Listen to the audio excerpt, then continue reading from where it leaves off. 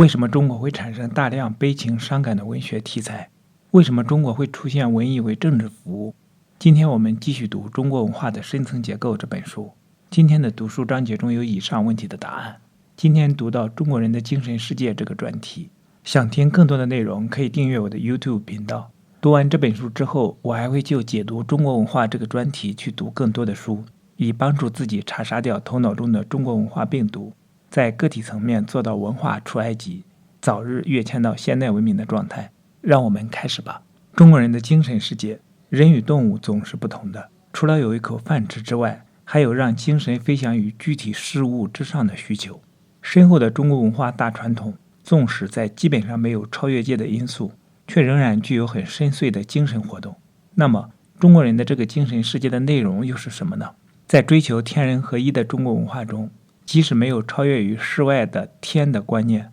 人想要超离于具体实况之上的需求，仍然使其将自然界精神化。即使像道家那样身体化的哲学，也把自然看成是一种精神原理。它不再是物理学的自然，而是神秘化了的自然。它是生而不有，为而不恃的这样一个自存自在之道的化身，足以为想保身于养生之士所效法。因此这个自然就成为了飘逸之士可以寄托情怀的场所，也让被人伦关系所窒息的个体能够获得有限度的自我舒展的空间，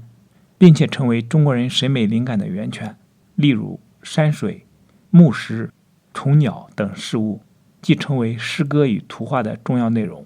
没有超越界的中国文化，自然也没有个体灵魂得救的观念，但是却有道家那种身体化的不朽的观念，也就是追求肉体的长生不老。能获得长生不老的仙人，也是处于世界之外，是居住在世上的仙山、海外的仙岛里。然而这些昆仑、蓬莱与瀛洲的观念却是属于幻想世界的事物。在中国文化里，除了身的因素之外，还有比世界上许多其他文化都要发达的心的因素。因此儒家把自然界精神化的方式，就是将天与地都人情化，并且把天理或道当作是一种仁爱的原理，足以成为人间的伦常关系与集体关系的范本。这个心的因素还可以成为人的文化活动的源泉。这个感悟而后通的电流，除了造成心连了心的人间媒介之外，还为中国产生了丰硕的触景生情或感悟伤怀的文学。如果说中国人缔造了世界上最伟大的抒情文学与感伤文学的传统，也不为过。在中国文化里，诗这个文学品种特别发达，也说明了这个倾向。中国的士大夫是一个在世界中采取政治行动的僧侣集团，而在中国这个政教混合体中，政也同时是教，也就是通过掌教化的权力来达到社会控制的目的。因此士大夫学文的主要动机仍然是文以载道，也就是倾向于把任何文艺形式都去为这种宗教式的政治服务。乐记认为人近于乐，也就是说文化活动也可以像二人对应关系中的人一般，透过感悟而后通的媒介来克服人我界限，因此也必须用它来为促进社群的和合性这个目的服务。但是这种感通也可以失去控制，例如追逐物欲、泯灭尊卑、长幼、内外秩序、乱搞男女关系等等，从而导致乱。因此又有用礼来加以节制的必要，使这种感通纳入合情合理的渠道。可以这么说，乐是一种使人和的动力，而礼则是将这股动力纳入尊卑等级与亲疏层次的伦常序列中，以便保证这种和是和合而不是乱和。只有这样才能保障社会控制的顺利进行。在这个功能的意义上，礼与乐就像天地与阴阳一般，是相互补充的。因此礼与乐同样具有教化的功能，其目的是使人人和合而统一。在这个目的上，他们与促使人们行为其一的正以及惩罚异动者的行是相辅相成的。因此文化这个精神的活动由统治者控制的话，就可以在教化中发挥至为重要的功能，可以善民心，其感人深，其移风易俗，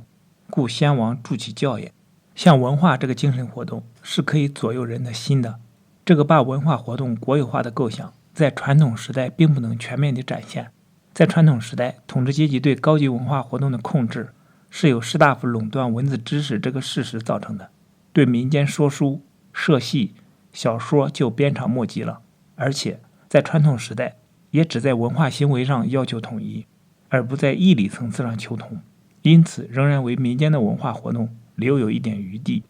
在当代中国，所有文艺形式都变成了政治教育的工具。中国文化没有超越于现实之上的精神世界，而将礼乐行政一把抓的政治权威在这方面也成为最高权威。这无疑是中国人的悲剧，因为即使在专制主义底下的俄罗斯，仍然有一个东正教会，虽然它的命运不如在西方的姊妹教会，而终于沦为政府的宗教部的地位，但是沙皇纵使是世间最高政教权威，也不可能成为宇宙间的最高权威，他被称为小父亲，以区别于天上的大父亲。因此即使在极端窒息的政治环境底下，俄罗斯仍然产生了十分有灵魂性的文学。相形之下，中国的知识阶层因为一向把现实的政治当作是最高的宗教境界的原因，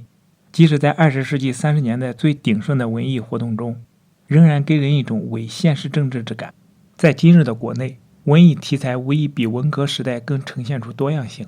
除了政治题材之外，典型中国式的伤感主义题材也开始大量的重现。伤感主义倾向于尤其表现在一些歌曲中，这些歌曲的调子酷似民国时代同类的曲调，也是一种如泣如诉、触动泪腺的情怀。确实，中国式的故事情节总少不了人情的因素，因此这种情也必须是日常人心能掌握之物。因此中国人心目中的人的内容是很单调的，同时也要求它是很明确的。笔者在国内时发现，观众对一些进口的西方电影的反应也是，如果情节不清晰，主旨不明朗，或者是不着重故事与主旨，而着重于表现形式的话，就往往难以接受。中国青少年偏爱西方浪漫主义作品，比如约翰·克里斯朵夫《战争与和平》、《基督山伯爵》等这类作品，都牵涉到情